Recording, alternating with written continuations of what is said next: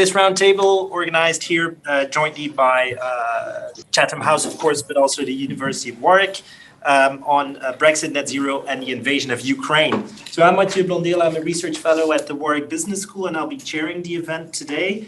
I'm also one of the co-authors of the report that we're publishing today, or that has been published today, entitled After Brexit, Scenarios for Clean and Secure Energy in a New World, that you can see here. But it's also been published online, so if you go to the website of UKERC, then you'll find our paper there. But so in terms of what we plan to do today, with this roundtable, we do want to build on the report that we've written with the colleagues at Chatham House, but also at the University of Warwick. But we also want to explore the relationship between post-Brexit energy and climate policy and politics on the one hand, and the invasion of Ukraine by Russia, of course, on the other. So, as I said, the presentations today, the roundtable, will be building on the work that we've done in this paper, but it will also be very much embedded within current affairs and everything that's been going on in the past couple of weeks, days, and months, of course, as well. So we'll start with some presentations by the other co-authors of this report. Each of these speakers will speak for around 10 minutes, and then we'll have a 1 hour discussion or so. So I'll start with introducing our presenters. First up is Professor Mike Bradshaw, Professor of Global Energy at the Warwick Business School and co-director of UKERC. Mike will briefly introduce the work that we have done in the context of this joint research project with Chatham House, and he'll also talk briefly on this notion of energy security and how it's changing in the context of the energy transition, but also the war in Ukraine and everything, and the fallout, of course. Then on my left side, we have Anthony Froggatt, who's Senior Research Fellow and Deputy Director at Chatham House. Anthony will talk about the paper as well, and the climate change bit that is in the paper, of course. And then we also have Caroline Kazemko, who's Reader in International Political Economy at the Politics and International Relations Department at the University of Warwick. And Caroline will talk us through the politics of all of this, of everything that's happening, and affordability issues, of course, as well. So without further ado, again, welcome, and let's get started. Mike? Can I just say? Yes, absolutely. Sorry, just a couple of things. One is the people in the room, the cameras are sound sensitive. So if you tap something, the camera will zoom to you. So just when you're putting down your cups, just be a bit careful, otherwise the camera keeps going backwards and forwards. And just say it's on the record in terms of the discussion. So there may be journalists, we invited some journalists, so they may be joining as well. So just to say that it is on the record, but please do speak frankly. So anyway, yeah, thank you. Mike? Okay, thank you very much, and good morning everyone in the room and everyone online. As Matthew mentioned, I work at Warwick Business School, but I'm also co-director of UKERC. This is a UKERC research project. So UKERC, UK Energy Research Centre, it's a virtual academic research programme with over 20 different university institutions across the UK. It has its headquarters at UCL, and we are in our fourth phase, which will end year after next. And within UKERC, I lead a theme on UK energy in a global context. And when I went back and looked at the research proposal the other day, it was a very different world that we were talking about then. So it's been extremely timely, of course, to be considering what the wider global implications are for the UK's energy transition. So our report today, discussion, marked the end point of this particular research project within UKERC. It started back in mid-2019. I would like to say we finished on time, but it got extended due to factors beyond our control. We've produced 2 policy briefs, which provide some of the backdrop analysis to today's event and the scenario exercise. They can be found on the UKERC website, plus a more academic paper for those who are interested, which you can find in a journal, Policy and Politics, which is also available on open access. If you just go to the journal's website, you can find that article. Pleased to say that we've achieved our objectives, but like all good research projects, there's much more we could do. So watch this space. I say in the current circumstance of yet another Conservative leadership, having got Brexit done, I think it's useful, though somewhat depressing, to engage in an exercise in counterfactual thinking, particularly in the current context, and consider where are the UK's energy and climate policy might be today had we not left the European Union. But as my wife is always telling me, we are where we are. But I think Anthony has further thoughts on this, but I think it's an interesting point for discussion. You know, we're interested in points of conversion, diversion going forward. So I just want to make a few comments on gas security as a window on the wider issue of energy security more generally. Now, this should be familiar to many, but probably not all, but it's worth rehearsing what has happened in the last 12 to 18 months in this area. I think it's important because it demonstrates the UK's position between a global market, the global gas market, and the EU's internal energy market. So if you think back, no sooner had the pandemic lockdown started to be relaxed, we entered an energy price crisis. And it soon became abundantly clear that the UK remains part of a wider European market and subject to both the competitive forces of Europe's hub-based gas pricing and volatility on the global LNG market. And I think for many policymakers and some politicians in Whitehall, there's been an extreme learning curve in understanding how gas markets operate. But the other thing we need to reflect on, again, back to last autumn, was it became clear that Russia was manipulating the flow of pipeline gas to Europe. Gazprom was only delivering to contract levels, it withdrew from the spot market and failed to refill its European storage facilities. This left Europe short of gas, forcing up hub prices, and driving global competition for flexible LNG, by which I mean LNG cargoes that are not tied into long-term contracts with destination clauses, which is a dominant way in which Asia sources its LNG. So it's important to understand that before and behind the current gas crisis in Europe, there is a very tight global LNG market with limited supplies available and modest amounts of new supply coming in the next couple of years. And unfortunately, there is no real respite, probably until 25, 26, when there's a lot more new LNG arriving from Qatar and the US. This makes pivoting away from Russian pipeline gas both challenging and costly. Then, of course, things got a lot more difficult in February as Russia invaded Ukraine. The West, the European Union, has responded with ever-increasing sets of sanctions. We're now on the 8th round of sanctions in the EU and even discussions of a 9th round following events of the last couple of days. Though to date, at least, there's been no direct sanctions placed on Russian gas supplies to the EU, the UK has effectively banned Russian LNG imports to its terminals. Of course, Russia continues to claim that it is Western sanctions that have made it impossible to continue to deliver to supply contract levels. The reality is that in 2021, Russian pipeline gas accounted for about 40% of EU consumption. This year, it's likely to fall to less than 10%. And of course, given the explosions on the Nord Stream pipelines, effectively putting them out of action, the EU is now planning for a winter without significant Russian pipeline gas supplies. And I think it's recognised that this time next year will be an even more challenging situation, and we can discuss that, but it's not a particularly happy thought. So the EU has come up with a whole series of measures to deal with both the supply side and the demand side. Think about that counterfactual.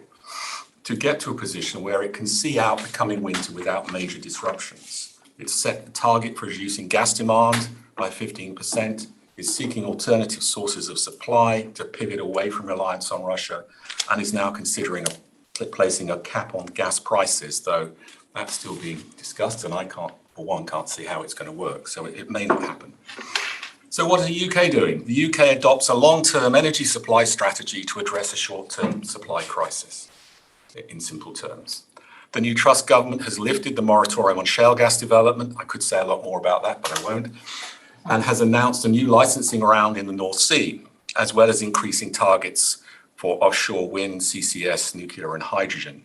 There's an interesting discussion in the FT, I think, this morning around onshore on solar and the changes they want to make to land use classifications, effectively ruling out a large amount of farmland from potential use for solar.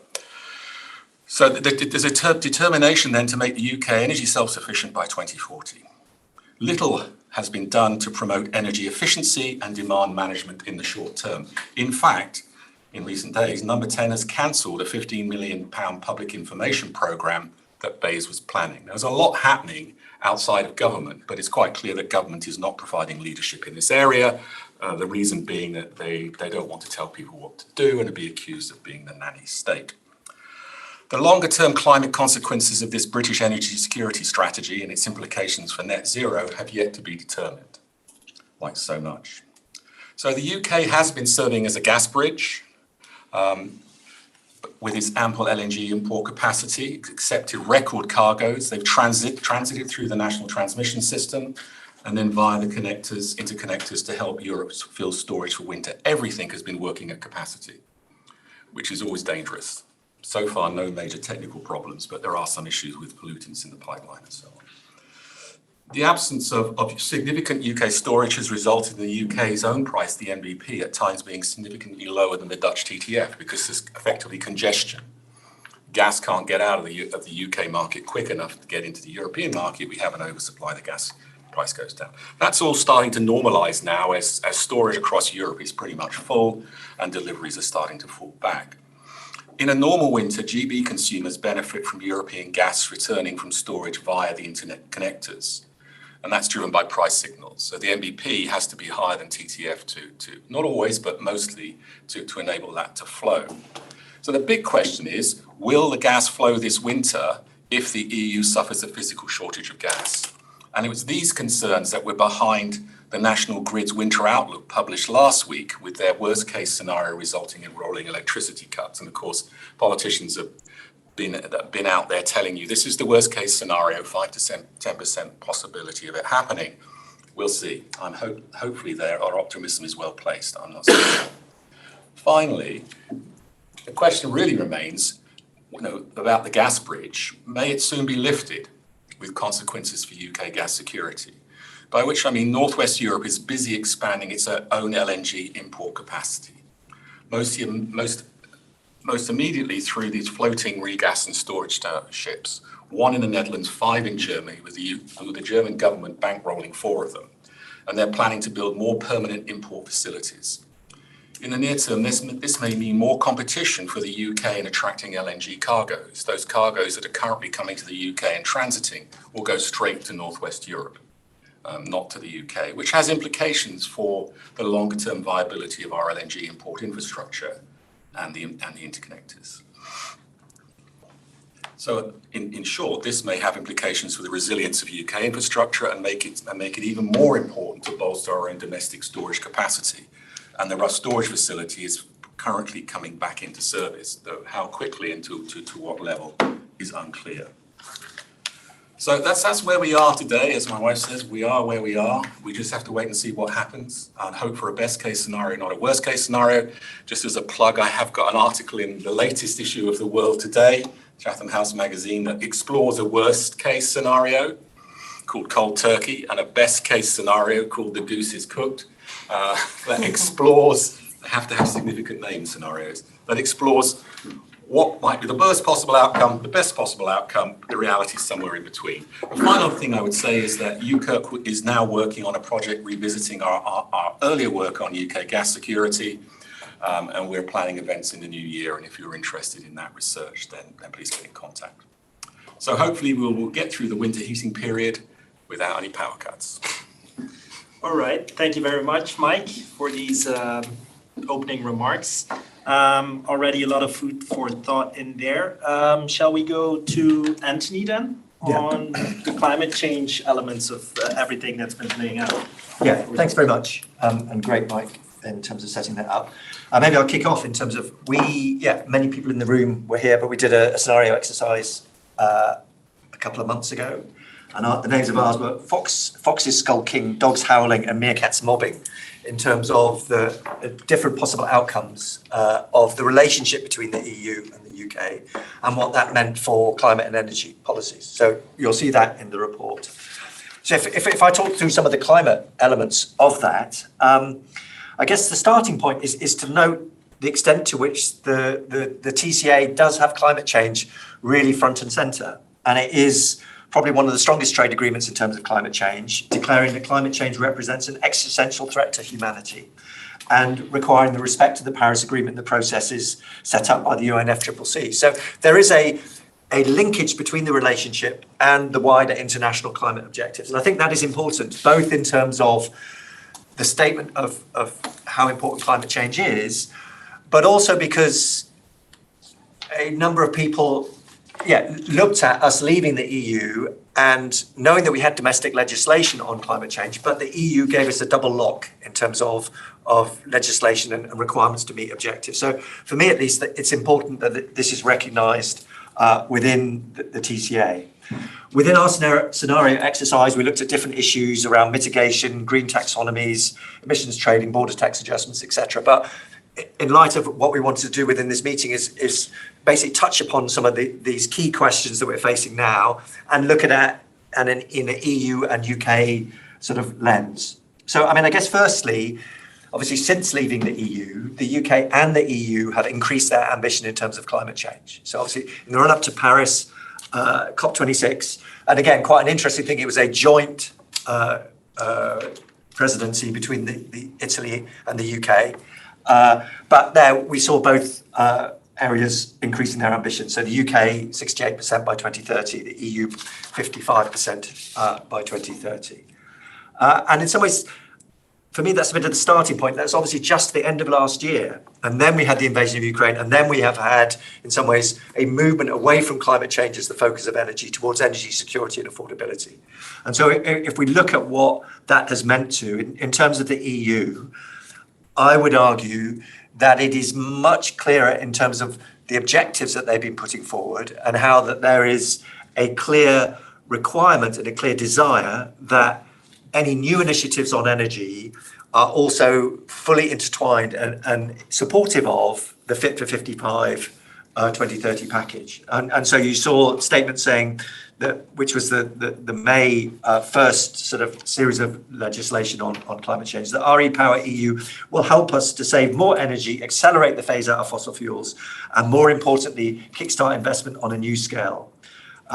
So I would say that this will be the speed charging for our European Green New Deal. So it really was a desire to accelerate that, the existing transition.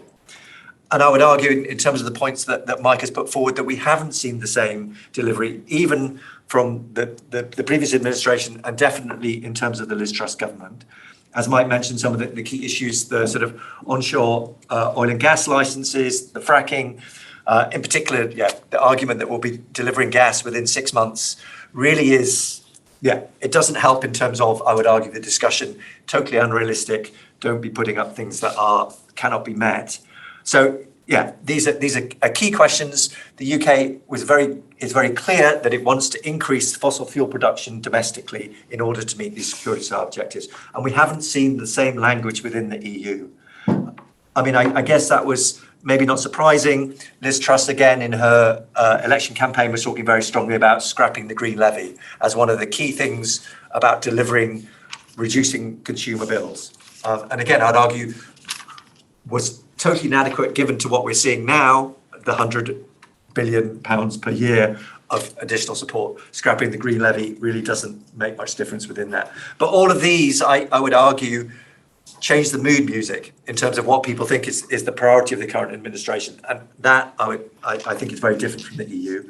I mean, just to note, the Egyptian presidency of COP27 have, I think it was more related to whether or not Prince Charles was going to visit, King Charles was going to visit, be part of COP27. But they raised this and said, we do hope that this doesn't indicate a backtracking of the UK commitment on climate change. And I do think that's important. We are still formally president of COP26. We need to be demonstrating, I think the UK needs to be demonstrating that it is still committed.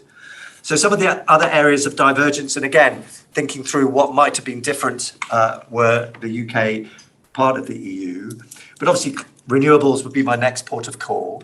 And I do think it's challenging what the EU have proposed. So in the run-up to COP26, they increased their NDC to move from to 55% from 40%.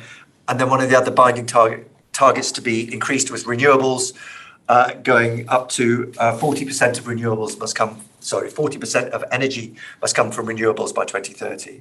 And then that now has been proposed to be increased to 45%. and that's energy. So if you look at that within the power sector, that's probably 70 to 80% of the EU's power come from renewables by 2030. Currently, that's basically a doubling of the current levels. So a real stretch target. And if you look at some of the areas that is being sort of the details of further areas. So on solar, currently it's around 150 gigawatts of solar within the EU. And the proposal is that by 2030, there'll be 600 gigawatts. So 4 times the current level is remarkable. And as Mike mentioned, in some ways, the UK is taking a different path. Solar, for some reason, has been a bit more demonized, I would say, but by the Truss administration, promising that fields would not be filled with paraphernalia like solar panels, and this new potential legislation of reducing the type of farming land that can be used for solar. So again, these are important signalling of directions. And I note that that's probably slightly different on onshore wind. I think people were quite surprised and pleased within the footprints in some ways of the budget statement. There was an announcement that there would be reducing some of the planning restrictions on onshore wind. So it wasn't trumpeted, but was pushed back in some ways, and I think that is to be encouraged. Likewise on renewables, offshore wind development, and I do think that this is a absolutely important area for us. And what we've seen last week, it was, if I'm honest, slightly disappointing. One of our key recommendations for the report was that the UK should join the North Sea Energy Cooperation Agreement to enable us to develop offshore wind together. And lo and behold, she obviously sneaked and somehow hacked into our servers and read the report before we had published it. So, a few of us have been making that argument for the last 18 months. Okay. Now, to be fair, it was one of the important points that came out of our scenario exercise was where are these areas of potential cooperation, potential areas in which there should be a win-win opportunity. And I think it's great. So although it would be nicer if I'd been published up the report before, it's great. So there are clear opportunities for offshore wind in terms of the tens of gigawatts that everyone wants to develop, real opportunities for cooperation and development. And again, one of the things that came out of the workshops was that people saw that this would be a opportunity to demonstrate the advantage of working together on a sort of sub-political level, so that the working groups would work together, the technical people would be able to work together, and we can deliver things. And I think there was a real hope that this is what this will happen. So yeah, really welcome. Mike has mentioned energy efficiency. I'll just add to it. It is remarkable. And back in the EU, RE Power EU, even then it was noted in May, we need to be having a strong energy efficiency. The Netherlands has a flip the switch campaign. The French has a, sobriété énergétique campaign. The Germans, 80 million together for energy change. So it's very clear that governments are grasping this and saying this is something that we need to do. And the current government here says, no, that's not our role. But that would be different because it is being encouraged. The Commission is urging all member states to launch public information campaigns. So yeah, interesting in terms of divergence. I do think it is. When we're now paying half the energy bills of consumers, it does seem that the government has a much greater role and responsibility to ensure that the taxpayers' money is used responsibly. So I do see that this is a potential avenue for real switch, and I hope that occurs. And I've got 1 more minute. I was on 9:57. Okay. 2 other points that I just wanted to touch upon. One was just to remind people in terms of coal. So we're seeing increase in renewables, some increase in terms of efficiency in different areas. But of course, there is a greater use of coal, both domestically within the UK as standby reserves, and a lot of different member states are saying we will need these this winter and potentially next winter, as has been talked about. So this has a clear consequence in terms of our greenhouse gas targets. And there it is, that question is, how much do you invest to maintain existing coal stations? So for example, it's that the Radcliffe station in the UK potentially is going to operate this winter, and they're saying, well, maybe we'll need to operate it through until 2024. So there is this cost-benefit analysis that needs to be done, but we need to consider climate change within that. It's also worth stressing that as the EU gathers more gas from other parts of the world through LNG. This is forcing other countries to increase their use of coal. So it is overall, we will need to track very carefully, how the EU is basically outsourcing some of its energy security requirements and having impacts on climate change. And finally, before my conclusion, is just worth, in terms of climate change, thinking about LNG has a higher greenhouse gas impact than piped gas. I read one thing, a Rystad energy analysis, which I haven't double checked, but it was quite striking.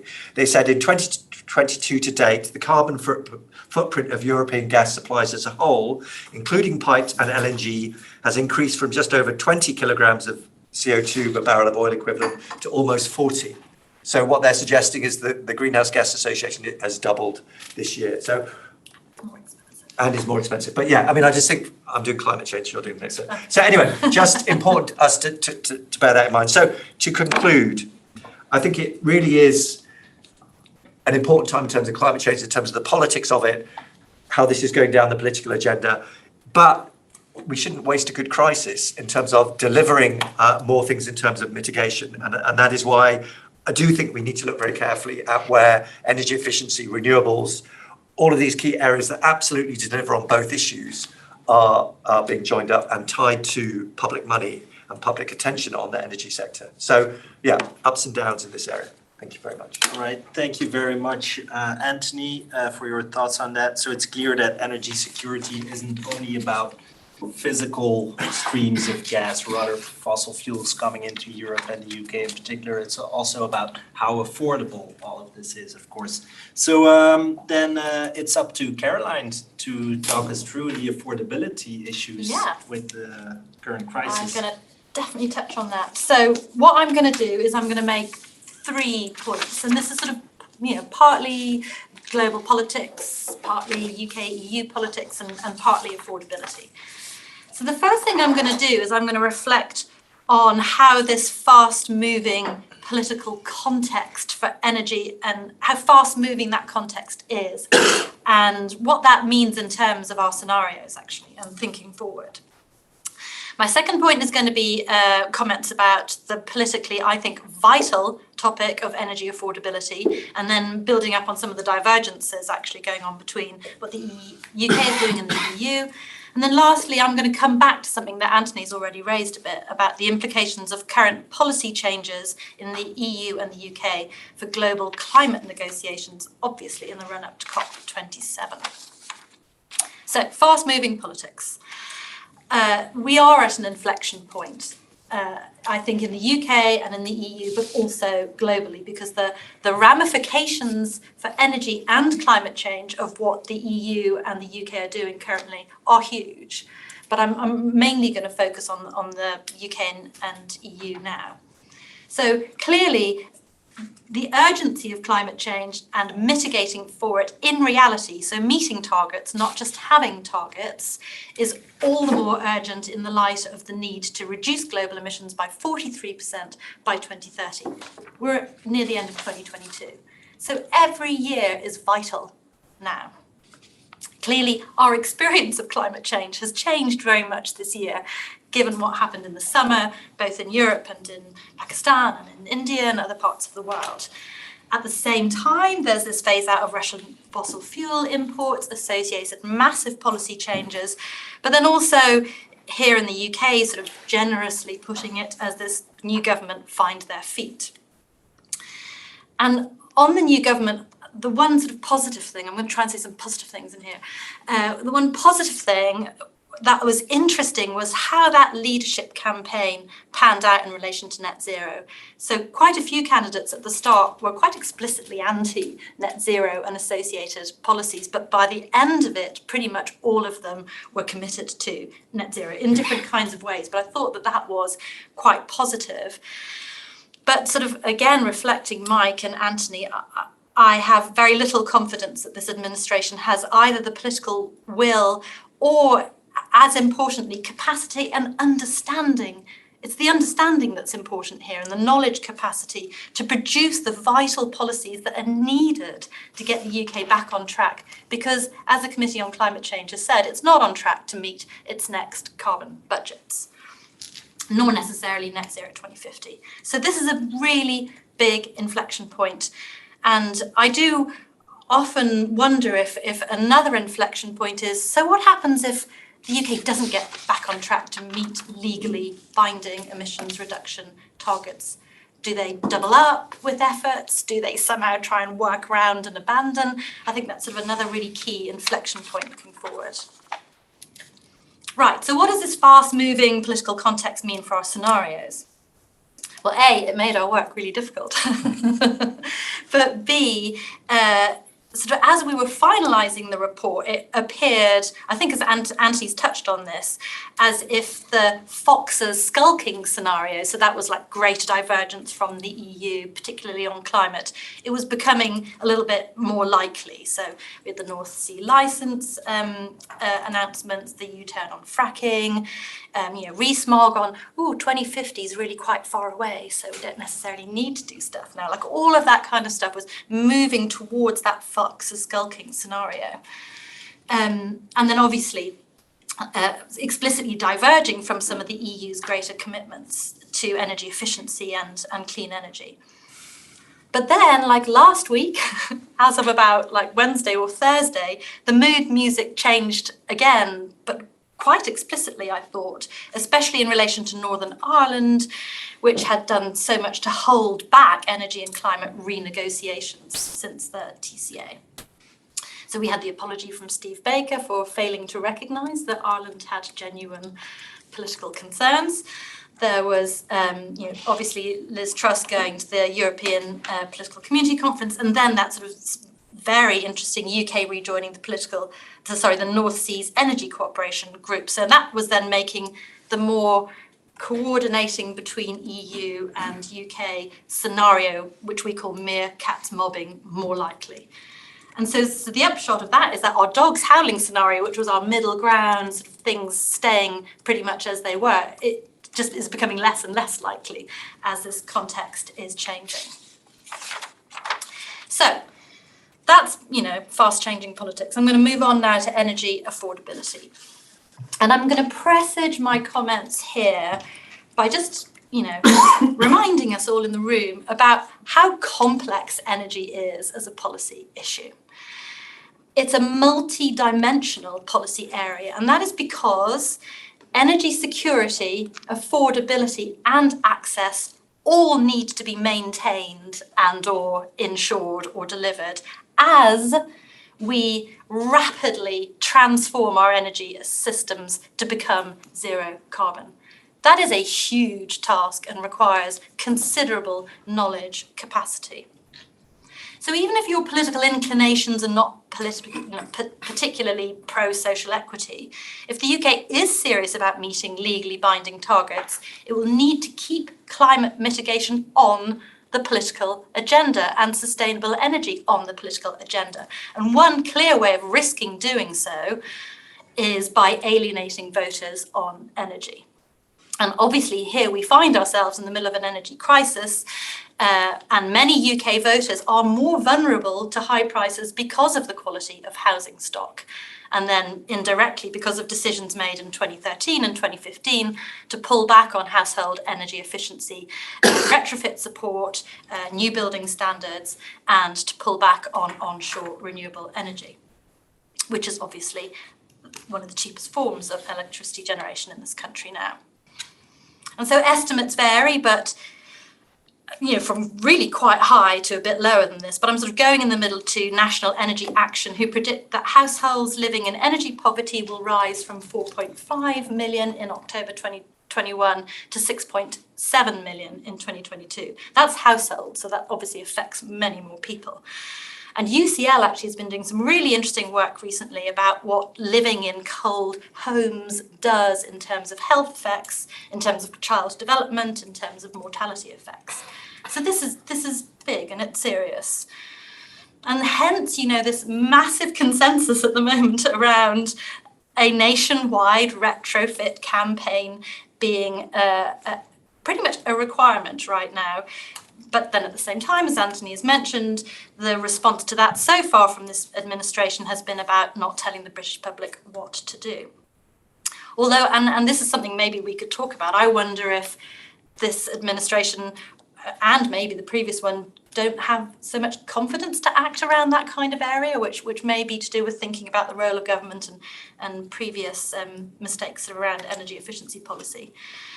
And then, of course, critically, aside from emissions, poverty and health positive effects of energy efficiency, warm homes would also reduce the need for public spending. So, you know, where's the issue here? And then, of course, the UK is being left behind now as EU responses to the crisis differ markedly. So you've got the 15% EU-wide voluntary demand reduction, which only Hungary is not part of. There's the increase in the 2030 efficiency target. There are proposals for solidarity payments from energy companies to support vulnerable users. And then really interestingly, there is now this proposal, not yet approved, I don't think, for a mandatory 5% decrease in peak electricity demand, which is a much more progressive step on the demand side response footing. Right, lastly, UK and EU within global transitions, and I'm sort of coming a little bit back to climate here, but I'm also thinking really about how increasingly at global climate negotiations, climate justice is such an issue now. And so I'm going to ask some questions about EU and actually, to some extent, UK and EU leadership. So obviously the UK and EU are historic emitters, and they have accepted their leadership roles reflecting those responsibilities and have been very active in them. And of course, the UK has also long benefited from exploitation of its coal and then its oil and gas assets up until now, and continuing to do so. And leadership, of course, has often been about example, well, maybe two, has often been about example. And so what's needed now, from the way I see it anyway, is for the UK and EU not only to argue for global fossil fuel phase out, as they did in COP26 quite vociferously, but to actually lead the way in showing that it can be done. And that's why I think this is such a particular inflection point at the moment. So future emissions growth will come from middle-income countries, particularly the very countries that the EU and UK were pushing to agree to fossil fuel phase out, and then in some of the narrative around this, slightly blaming them when they changed the language to coal phase down from coal phase out. But now, I think that particularly the UK, but to a certain extent the EU, is at risk of sending a message that when push comes to shove, when you're in an energy crisis, energy security and continuing to exploit and invest in fossil fuel resources, particularly gas, is more important than fossil fuel phase out. And I'm thinking of the 2030 timeline, particularly when I'm making those kinds of points. And I'm also kind of thinking about the indirect knock-on effect of what's been going on in terms of replacing Russian fossil fuel exports in terms of coal usage. And the estimates are now that coal usage will go up across the EU this year and potentially next. And so the messaging here, if you're a middle-income country looking back into the people who've been telling you to phase out your fossil fuels, it's not great, is it really? And of course there have been comments about hypocrisy, and it complicates the already difficult global negotiations where you have issues about unpaid climate finance from north to south, you have issues around loss and damage claims, and meanwhile, of course, there's 7 1/3 years left until 2030. And I am going to end there. Thank you.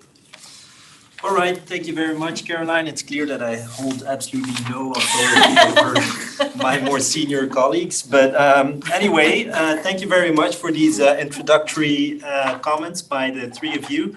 I would like to open the floor now to the people in the room, but also the people online. As I said at the outset, please raise your hand on Zoom, and then we'll pick you for your questions that you may have for the panel members or anyone else in the room. So yeah, the floor is open. Anyone with comments, questions, suggestions? I do suggest that you keep it short, your questions and comments, but yes, please, the floor is anyone's. We've got 50 minutes. So I'll kick off then. So Matt Hine from National Grid.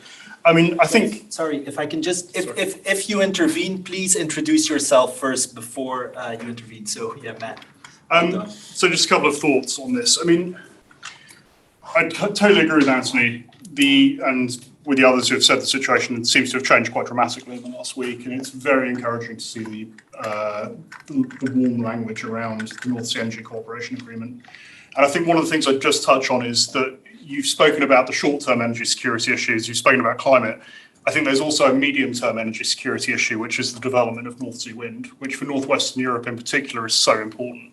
And if you look at the recent Marienborg Declaration, which had the aggregate targets for the EU, by 2030 it has aggregate targets for offshore wind of 76 gigawatts, with an additional 50 gigawatts from the UK. Now, our analysts have done this rough calculation, which is 1 gigawatt equals 0.7 BCM if you apply it to the power sector.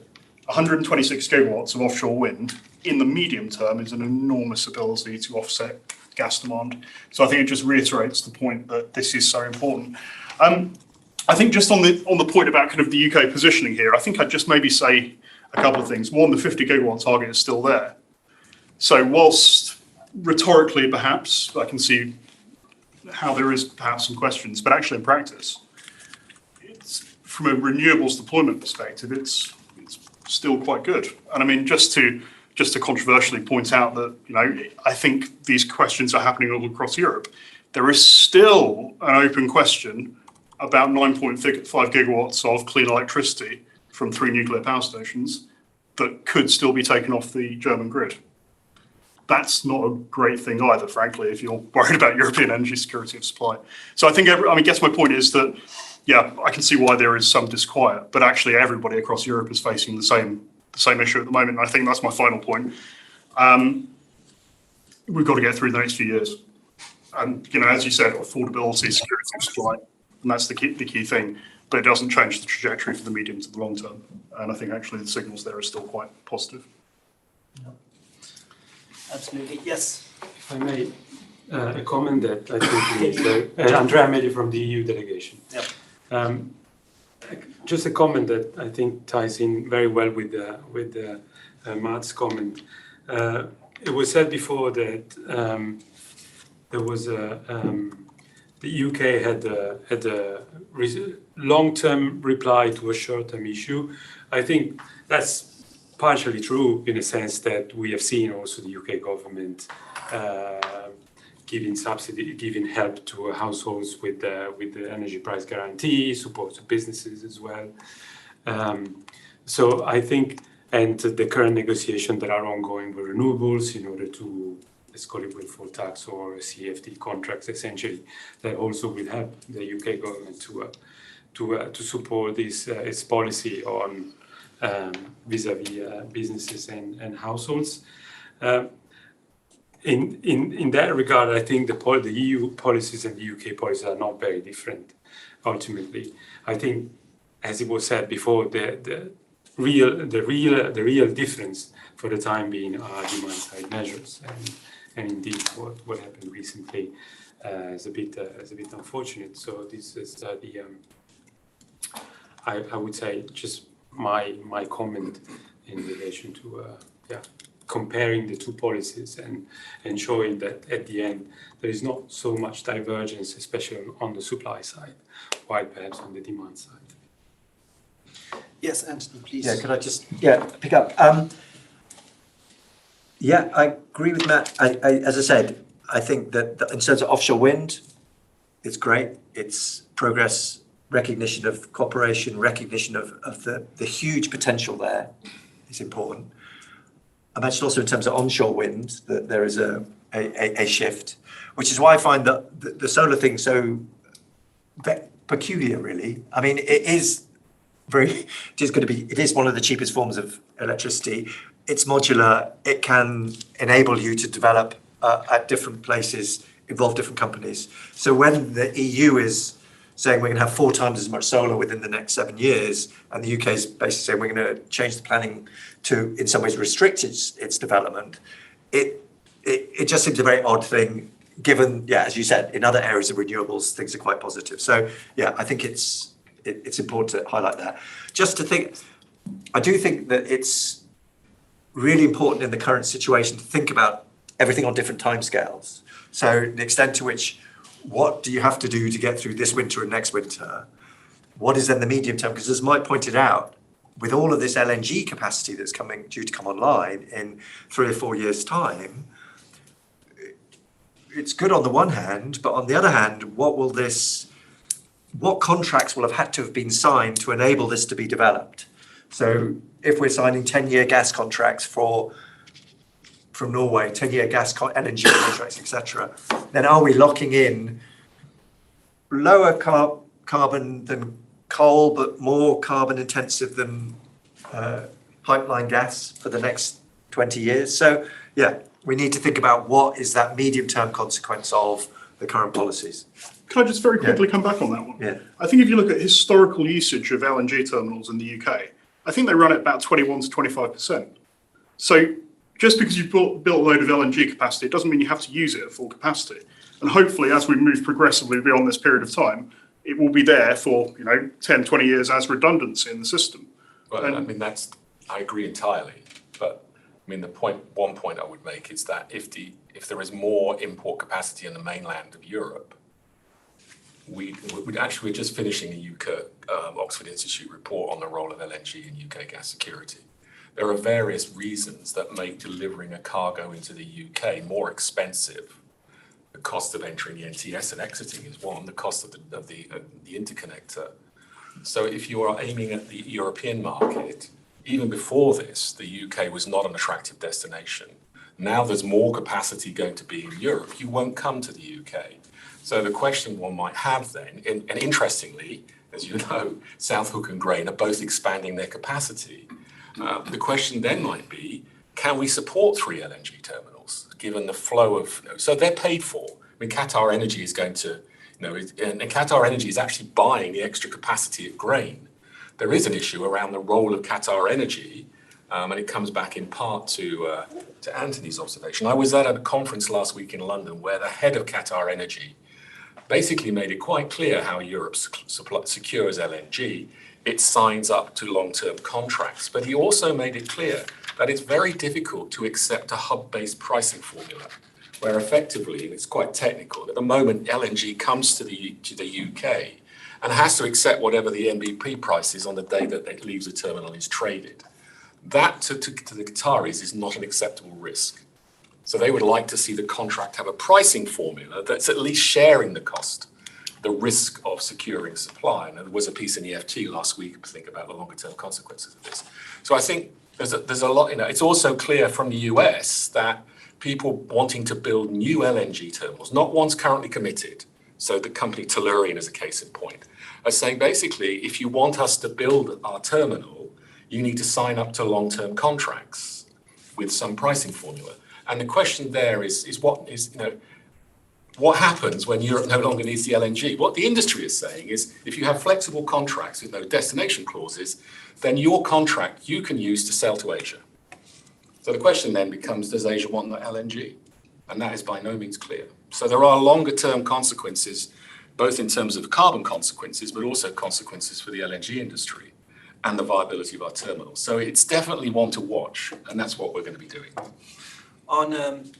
This is a really interesting discussion on the gas issue. There's 2 questions online that I think are relevant here, and that I would like to direct to Mike, perhaps. So the first one coming from Neil Carmichael. Why is it exactly that the UK has so little storage? what is the reason for that? And I might add, is that something that the UK government should look into as well, expanding storage? And then second, by Gabor Takash Carvalho, if I'm pronouncing that correctly, can either of the panelists perhaps, but again, I'm looking at Mike, comment on the EU energy platform's suggestion for joint gas purchases? How realistic is this? To secure long-term gas supply. So first, why is it that there is so little gas storage in the UK? What can we do about that? And second, what about the joint purchase of gas at an EU level, or perhaps European level, including the UK? Oh, yes, okay. On the first one, it's largely historical, and it was to do with the fact we had the North Sea, and if we needed more gas, we did surge production in the winter months, and that didn't encourage new storage. And then with the business model for storage is cheap summer, expensive winter, you arbitrage the difference and that supports your storage. And so that price differential was eroded, making the business case difficult to support. So we do have Rough, and we have a series of onshore storage facilities which fill and empty quickly and multiple times through the winter. There was a huge debate back in 2017 about Rough. The Rough storage facility owned by Centrica Storage passed its sell-by date, needed a lot of investment to make it viable to continue. There was questions as to whether the government would support that, and without that support it would close. The government decided not to support it. One of the reasons it gave was it didn't want to, or two of the reasons it gave actually. One was it didn't want to distort the market, which it thought it might do by supporting it. And secondly, there's a lot of gas storage in Europe. And we've got interconnectors, so we can just use that. Now, of course, that decision with the benefit of hindsight doesn't seem to have been too smart. Since that decision, Rough has been producing gas. It's been taking all the gas out of the facility. So I don't know, and maybe Matt knows more than I do at National Grid, how feasible and how quickly it will be to basically rejuvenate Rough. But it is a very old facility. So I would know two questions really. Is Rough enough?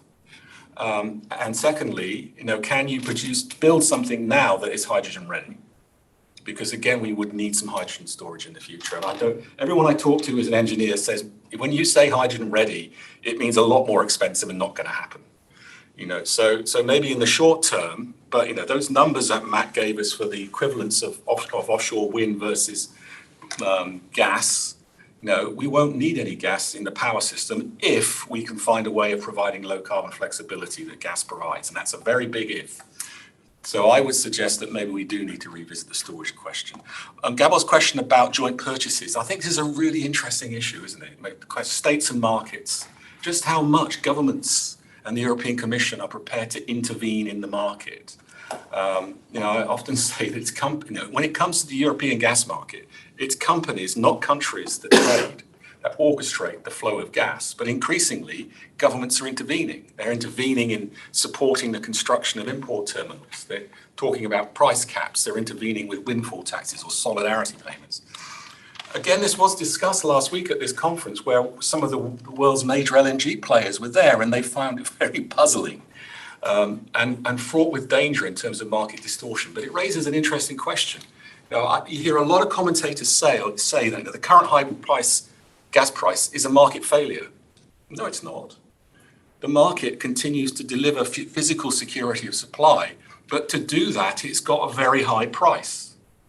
And this is part of the problem with the notion of a price cap in Europe, is to secure that LNG, Europe has to pay a higher price than anyone else to get the LNG to come to Europe.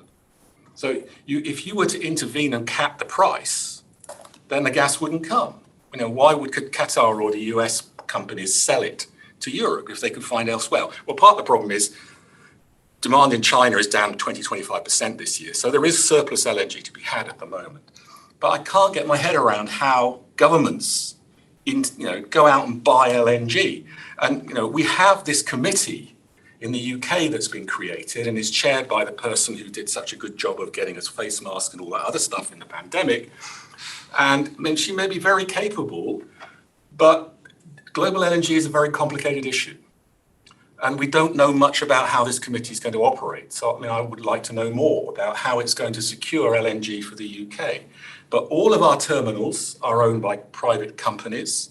All the gas that's supplied is supplied by private companies. It's difficult to see how we can have a state intervention that guarantees, unless they're going to back up the signing of long-term contracts. And that might be a possibility. But again, these are global companies. So maybe Cabo has the answer. I'd love to know, but I'm somewhat skeptical that this can succeed. Yes. Hi, I'm Susie Billings. I'm a Qatar-based individual. I've been there for 15 years with some loose ties into the energy industry there.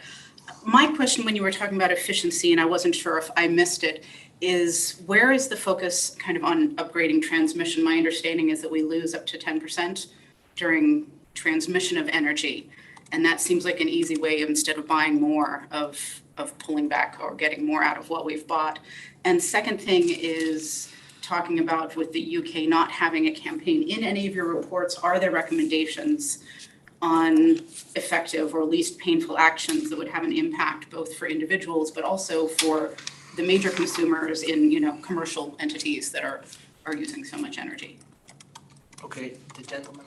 All right, so Aidan Stringflow from Ofgem. I was just going to say this demand side reduction campaign, we haven't obviously got a formal campaign, but we are already seeing some slight natural price demand destruction in gas demand compared to 5-year trends. And there is the sort of hope that obviously there's downsides to this, but that may continue and may do the job that we might need it to do on its own. And there is progressed the idea of doing a demand side response campaign that's based on affordability as the narrative rather than security of supply, because as we all know, that's not politically tenable after what the new Prime Minister said during her campaign, that we obviously will not experience any rationing. So I wouldn't suggest we were actually as far away from the EU on this as everybody is saying here, because I think in practice we might see some similar responses. It just won't necessarily be the government front and centre. I just thought I'd interject because I know there's been a few comments on that. Okay, that's interesting. And would anyone like to reply to Lucy's comment about transmissions? I mean, only to say, I think you need to look at, it's again about timescales, isn't it? In terms of what is the most effective way of ensuring there is enough, people have enough energy services, I guess is the way to phrase it, in terms of that they're warm enough. Some of that is about over this winter and next winter. It isn't about changing infrastructure. It is a lot about behavioural change and how do you enable people to reduce consumption to enable other people to have it and enable people to have the same services with using less energy. So I do think that I would look at it in that regard. I think when you start talking about changing an infrastructure, be it transmission or be it buildings or anything else, then you need to be looking, okay, how quickly can we roll these things out and which are the different sectors that need to do it? And I think there is something about upgrading the transmission infrastructure to improve efficiency as there is about building stocks and transport networks, etc. But yeah. No, it was just to come back on with the medium term and the long term plans for maximising the efficient use of, I mean, a lot, I think. There was the previous administration was very supportive of the idea of a future system operator. And there is a question as to whether this administration is as supportive. But I think that, in Ofgem's view, is sort of a fundamental pillar of delivering maximum efficiency with minimum capital investment going forward and actually potentially helping us to reduce peak demand requirements whilst satisfying that affordability constraint. So I think, I haven't had the benefit of reading your report yet, but I think that might be a quite crucial institutional element going forward if we were to do it. I think that could help us utilise, because the key bit is going to be maximising the efficiency of the electricity system rather than the gas system. All right. The lady over there wanted to introduce this one. Hi, I'm Victoria Seabrook. I'm from Sky News.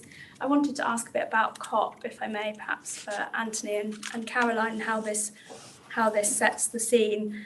Will the EU accelerating its green transition sort of help win a bit of trust with developing nations? And Anthony, what you were saying about the EU sourcing gas from more new sources and therefore other countries having to burn more coal, where is that happening, and is that a potential source of resentment or tension? Thanks. Yeah, well, I'll start with that, but I'm also do a couple of energy efficiency things. So in terms of the global negotiations, I think there's two things that are important here now. And only the winter will really tell. So if emissions go up as a result of coal usage, even in a short-term sense, it matters because the target is a 43% reduction globally between now and 2030. And the developed or OECD countries of the world are meant to be the ones who are leading on that. And then other parts of the world, because of differentiated responsibilities, have got longer timeframes to peak their emissions and bring them down. So it's vital that the EU and the UK live up to their leadership role within the sense of that global messaging. So sure, the EU is doing tremendous things in terms of particularly expansion of clean alternatives. They're doing, I would say, medium well, but improving the narrative on demand reduction, which is so important because it needs to be affordable as well and equitable. But if it does burn more coal, I mean, coal burning is the high emission thing, isn't it? And so I think that will be a really, really key question for credibility. And also, who are the global leaders on climate change in these negotiations? Well, it has been the EU and the UK. So if any question marks come up into their credibility, I think that that's a key inflection point personally. So let's watch emissions. And then the other thing that's not helping the negotiations is the extent to which, and Anthony obviously brought this up, by the EU purchasing so much LNG and the prices for LNG going up, there's other parts of the world like Pakistan who had been trying to use more LNG and convert from coal to more gas for its electricity generation. And it had been going down that pathway, and then boom, the EU is buying the gas. And there were examples of tankers heading that way towards Asia, turning around and coming back to the EU. And so if you're in Pakistan and you're thinking, hold on, because you guys told us that we needed to reduce our emissions and we're moving towards gas and now we can't afford it, and there has been an energy crisis and there has been a political crisis, and then it was followed, of course, by the climate change crisis and the flooding. So if you're sitting at that part of the world and you're looking back towards the world's climate leaders, it's looking a little bit less just and less clear as to where leadership is. I've gone on a little bit, but I would want to mention on differences between the UK and the EU on energy efficiency, and the information campaign is one thing, and I guess it's sort of politically quite symbolic and it's quite high profile, but the fundamental differences are, is there a retrofit campaign nationwide to really do something about the UK's leaky housing stock? There isn't. And that has emissions implications, it has equity and affordability implications, and it has health implications, and therefore NHS implications. So I would argue that there is actually quite a big difference between the two at the moment. Yes. Hi, I'm Lee Solomons from the Foreign Office. Just three things on my mind. How much is National Grid and sort of private sector modelers factoring in the risk of Chinese demand recovery, of change in zero COVID policy to their modelling, and any other kind of, are there any other major things on that level that we should be thinking about, just from people in the room, that could really change global energy demand, black swans or whatever on energy demand? Second one, what are the prospects of Europe doing what happened on vaccines, so a collapse of European solidarity on gas interconnection? Are we being naive as we were, or as certain people were, on vaccines, PPE? Europe had all these wonderful health security, solidarity things about crisis, and then the borders just shut down to Italy and they were left on their own early in COVID. You know, we're reflecting on the lessons of the political pressures on European governments in not necessarily this winter, but next winter. And, you know, is that being discussed basically, and implications for the UK as well? Are we over-relying on continuing flows of gas? Just does the room think that BEIS, National Grid are being sufficiently cynical about the prospects for a collapse in solidarity? Is that something we should be talking about, or can we shore it up so it doesn't happen? And the third one is everything we've been talking about leading to a shift in the prospects for nuclear new build here in Europe? We've seen the German debate, which to me seems still kind of unresolved. Japanese flipping. I'm sensing more positivity, I think, from this administration in the UK on nuclear, but TBC. Just interested in your reflections on any of those. I mean, the three big ones. Thank you. I'll take the first two and you take the nukes. Mm-hmm. Yeah. China. Who knows is the answer. Obviously, LNG deliveries have been significantly down, and that has really helped Europe this summer. What is interesting is the level of activity in Chinese companies signing long-term LNG contracts for new liquefaction. So much so that, if there were a lot of European companies seeking to do that, they'd face stiff competition. So I think part of the problem is that the LNG industry is far from transparent. And information on the LNG industry is usually very expensive. So I don't have access to it. But I do read the business press that seems to be suggesting that there's a lot of activity in signing new long-term contracts to bring LNG into China. I think the longer-term uncertainty there might be if there were a second Paris-Siberia pipeline built, which would take Yamal gas, which currently had been coming to Europe and was supporting LNG, to China. But that's really a 2030 prospect. And China may be wary now, having watched what's happened in Europe, of having too much reliance. So I think we will see what happens with the Party Congress and what happens with China, the Chinese economy picking up. If that does happen, if there's an extremely cold snap in Northeast Asia this winter, because South Korea and Japan still need about 20% of their LNG to be supplied by flexible contracts. So that would be reflected by a rise in the spot LNG price in Asia, the JKM, and that would make it difficult for us to compete during those winter months. And that's part of the problem, I think, of this kind of just-in-time approach to LNG, particularly in the UK, is it depends on market conditions. I agree there's huge uncertainties. I guess my meta question is maybe for National Grid, but are they being factored in our modelling, these very wide ranges of global energy demand? Well, it probably is, but probably not from that. Yeah, sorry, that's a legally separate part of National Grid as system operator. So I can't answer. Yeah, and again, it's a question for BEIS, who have on the same day published their own statutory gas security assessment that was pretty slim on these kind of risk factors. So I mean, it is certainly a concern. It's probably more of a concern for next year because we will probably see the recovery and then have to factor that in. I think on the second question of solidarity again, who knows? I think it has been a concern that having left the European Union, we're the wrong side of the solidarity mechanism. But in previous discussions here, we've had people from the Republic of Ireland who are at the end of our pipe. And they're excluded from the demand reduction targets, I understand, and all have been talking for a long time about building their own LNG terminal. But the reality is that their security is our security in some ways there. But it's certainly clear that any breakdown in solidarity makes it more costly and more difficult to deal with the challenges. But isn't that exactly what President Putin is trying to achieve? Yes. Is that breakdown in solidarity? So I do think, if you look at the winter outlook, one of those risk factors that they're flexing is the ability of the UK to get gas through the interconnectors when needed. But that's not a huge amount of gas that we get in a normal winter.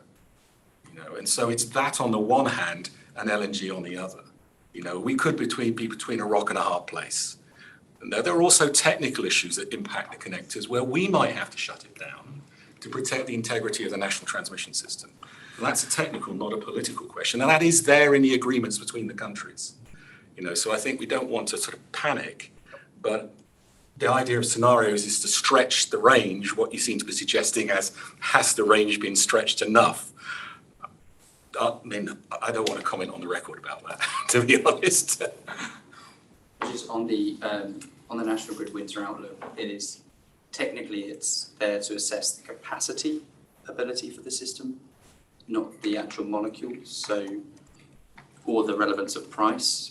So it doesn't explicitly factor in that China scenario, but you can, one, if you pay the price that you have to outbid or that hub, then you're fine. Or two, if you did say that you lost that exact amount, then it's the equivalent of one of their other negative scenarios where one would be not as bad as say the Norway to pipeline going down, but let's say one of the interconnectors dropping or something like that. So it's sort of, you could interpret one of the scenarios as factoring it in, but it doesn't explicitly do so. I mean, can I just come in on this point about solidarity as well? I mean, just as a reflection from, not a national grid view, just as a reflection from being based in Brussels, 2 points there. One, the Norwegians said about 2 months ago, we might have some problems this winter with hydropower reserves. There was an immediate reaction from all of the neighbouring TSOs saying, you need to think very carefully about this. And I think it's well recognised at European level how important cross-border trade is and how important it is for security of supply and accessibility. So, yeah, who knows what happens, but I get the sense that, and we as well. I mean, the Prime Minister's article in the Times last week pulled out this specific point that, the interconnectors help all of us in a tight situation. And just on the point about vaccines, I think it's an interesting point. I mean, that was resolved pretty quickly. And my guess is that the Commission and the Member States have probably learnt certain lessons from how important it is not to, move away from those kind of single market issues. Yes. Well, I think the situation with energy is going to be far more complicated than vaccines. So I think Anna Stanici, lawyer from London. I think the situation with vaccines and energy security makes solidarity far more complicated for energy than it was even for vaccines. So I think the NSOC just did a report on the yearly outlook and says that what the demand destruction is if we don't consider next year, and we consider next year. And the demand destruction is 17% for the most crucial states of Germany, Austria, and those other countries. And if we try to achieve the 90% target, which for storage of next year, then the demand destruction is 34%. So energy efficiency and demand destruction are not the same things. That's the other point I'd like to make. And we do have to have employment for our people and things and a vibrant economy. And none of these models suggest that at all. I think the reality is that we're looking at a gap in gas of at least, at best scenarios of 8 BCM, assuming not a cold winter. If there is any threat, as there seems to be by the Ukrainians, to shut down the Suja Pass line, and then we see what happens with Turk Stream, we have uncertainty there. Then we don't get the 29 BCM, then we're talking about a gap of 35 BCM by the end of this year. Just a suggestion of what that means. 100 BCM is what our basic winter needs are for the Europe as a whole, so this is a third then missing. If we talk about next year, which is a far more complicated year, the reality of the calculations that we've done together with Oxford Institute of Energy Studies is that Russia to date, and if it does supply by the end of this year, the 29 BCM would be up to 100 BCM this year. The European Commission has slightly mispresented the figures because it says that storage, it doesn't actually say where the storage originates from. So if we assume that at least 50% of that originates from Russia, then we're up to 100 BCM at the end of this year, which means that it's down from 155 to 100, but it still means that 100 would be missing next year. So 100 missing next year is equivalent to 100 days of no gas in the EU. The reality of it is that at the best, 40 BCM of additional LNG will be available next year. So And that's for the whole world as a whole. At best, we estimate that we would get about 20 of that, assuming we could get half. That still means a gap of 80 BCM. So that's on top of the NSOG.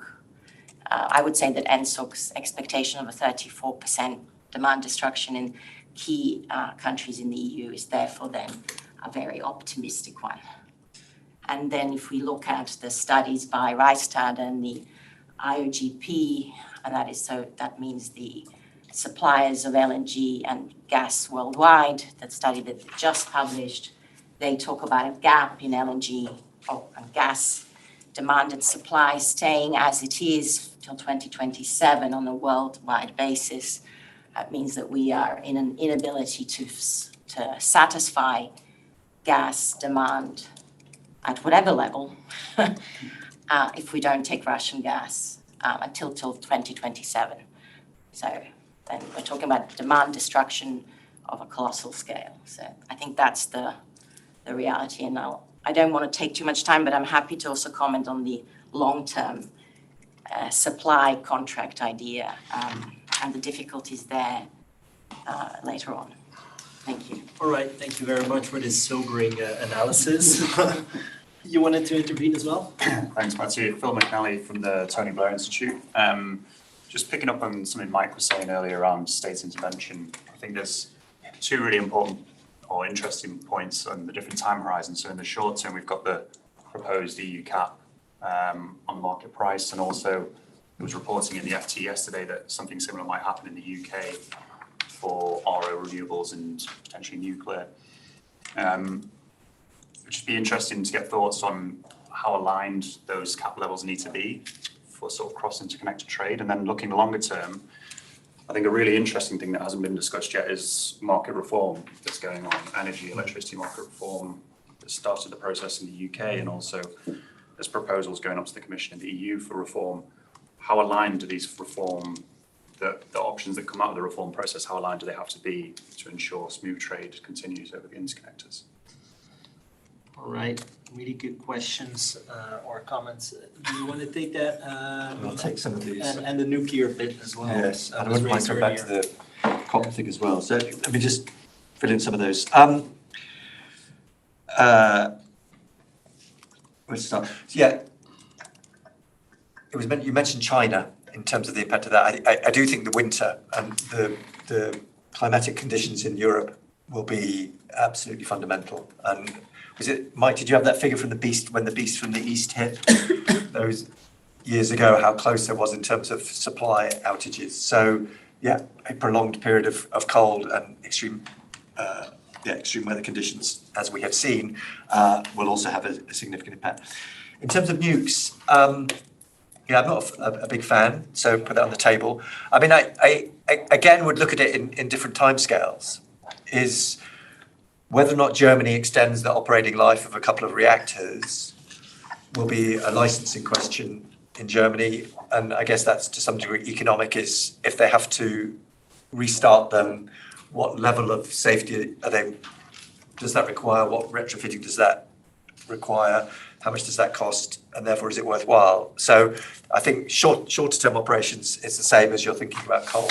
Is that worthwhile investment for a short term operation? Yes or no? I think the question about the longer term is UK government had already pledged to reach one more reactor to financial investment decision under this parliament. So that's Sizewell. They now said they'll do another one, and they're now setting a longer term target. Again, it's interesting as if you say the UK government has a target that it wants to have a zero carbon power sector by 2035. If that is to be achieved, that will only be done with one additional nuke. You won't get small modular reactors, you won't get anything beyond Sizewell online by then. And if you're then demonstrating that you can have a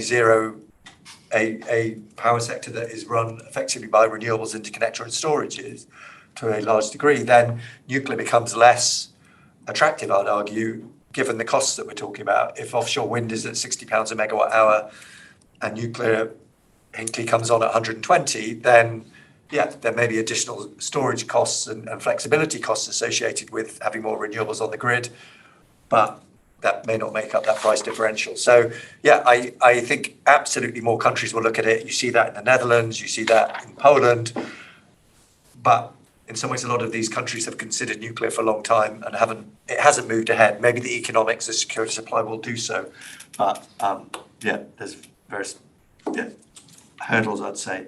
If I could come back to some of the, just on COP26, absolutely agree in terms of supply chain issues. It is the optics in terms of powering past coal launched. Even if we're saying we're going to only operate for another year or so, yeah, people will pick this up. So it needs to be explained very carefully what the limitations are for any changes within positions. I personally think that the two issues around COP that one needs to look at is, one is financing. And obviously we have loss and damage being a key issue. We have the general climate financing question. And as we had around COVID, people from developing countries saying, you found 100 billion for COVID, why can't you find the 100 in individual countries? Why can't you collectively find 100 billion for climate change? That money issue will be equal, in some ways even more prevalent this time around. European governments have found, I don't know what it's going to add up to, maybe 500 billion euros for this year's winter for domestic consumers. I don't know, somewhere probably in that order of magnitude. Yeah, the climate finance question becomes more complicated. And then the final point is just on the geopolitics, is obviously we are in a very different place in terms of Russia, in terms of China, in terms of the fragmentation, belief in international institutions and international orders. So, and it's not just Ukraine, obviously, issue around Taiwan is, they subsequently broke off the US-China climate negotiations. So the geopolitics is very difficult, I think, as well.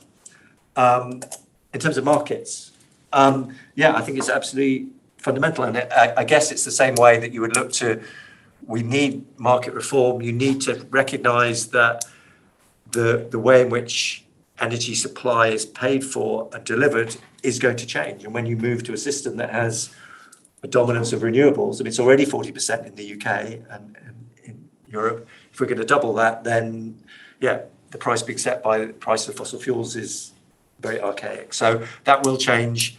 I guess the extent to which it has to be harmonized across the different ends of the interconnectors, I would maybe pass to other people.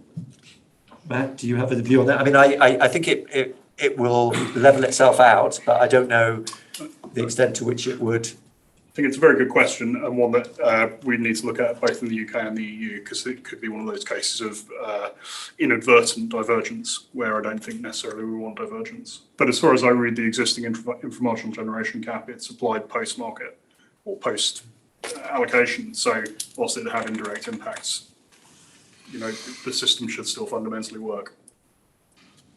I mean, I'd say on the sort of market reform side of things, I don't have a big enough brain to deal with electricity markets, but I have colleagues in UKERC who do, and they produced a paper a while back on this idea of pot zero, which has now been joined a wider debate on how you might separate out and get away from gas as a marginal fuel setting the electricity price, which is also linked to looking into the energy supply system and where there may be excess profits, and also asking those generators to reconsider their contractual basis.